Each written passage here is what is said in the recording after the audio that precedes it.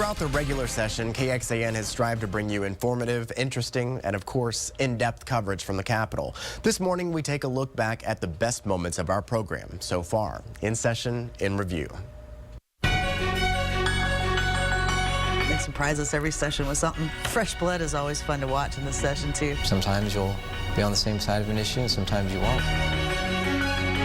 In your view, are there enough providers there to serve women in the state? Yes, there are. We think we've done a good job. But critics would say that without Planned Parenthood, the largest provider, that there's just not enough capacity. I do not know where these women are going to access care.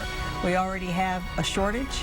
We had clinics closed down. We need to continue to talk about the Medicaid expansion and not take no for an answer. Much like an unscrupulous individual trying to convince a junior high kid to start smoking.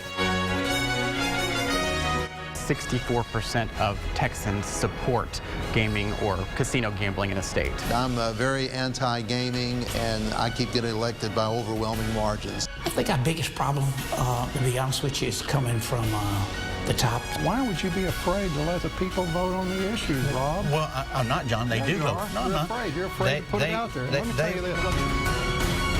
We're joining you from the command center of one of the worst wildfires in Texas history. They get how bad this was. The only thing that's holding us back is additional funding.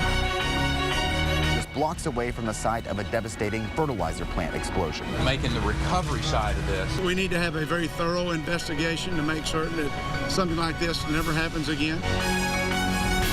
Bill to take $2 billion out of the rainy day fund and put it toward water projects. Been on the verge of having to haul in drinking water because of this drought. Other states are telling companies looking to locate that Texas hasn't made provisions for water and the traffic is terrible. With regard to transportation, we're badly behind. The governor is going to set the agenda. We have been doing economic development outreach.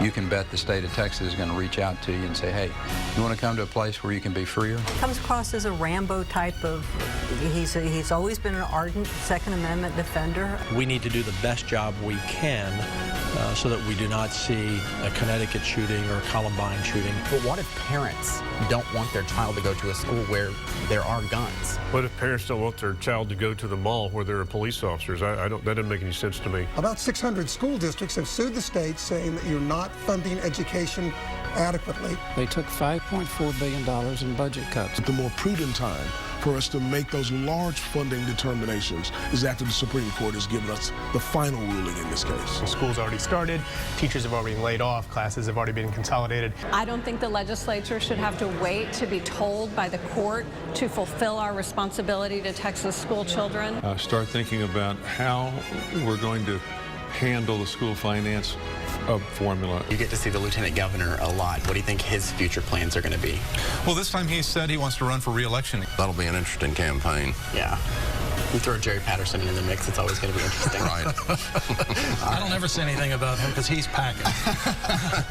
The camaraderie is still there. I still hold out the belief and hope that we can achieve the goals that we need to achieve. Our coverage continues online. Be sure to visit the legislative section of KXAN.com. On a final note, thank you so much to the entire staff and crew of In Session In Depth. Your hard work paid off with a great political program during the regular session. We will continue keeping you up to date on Sunday mornings throughout the special session too. Have a great morning.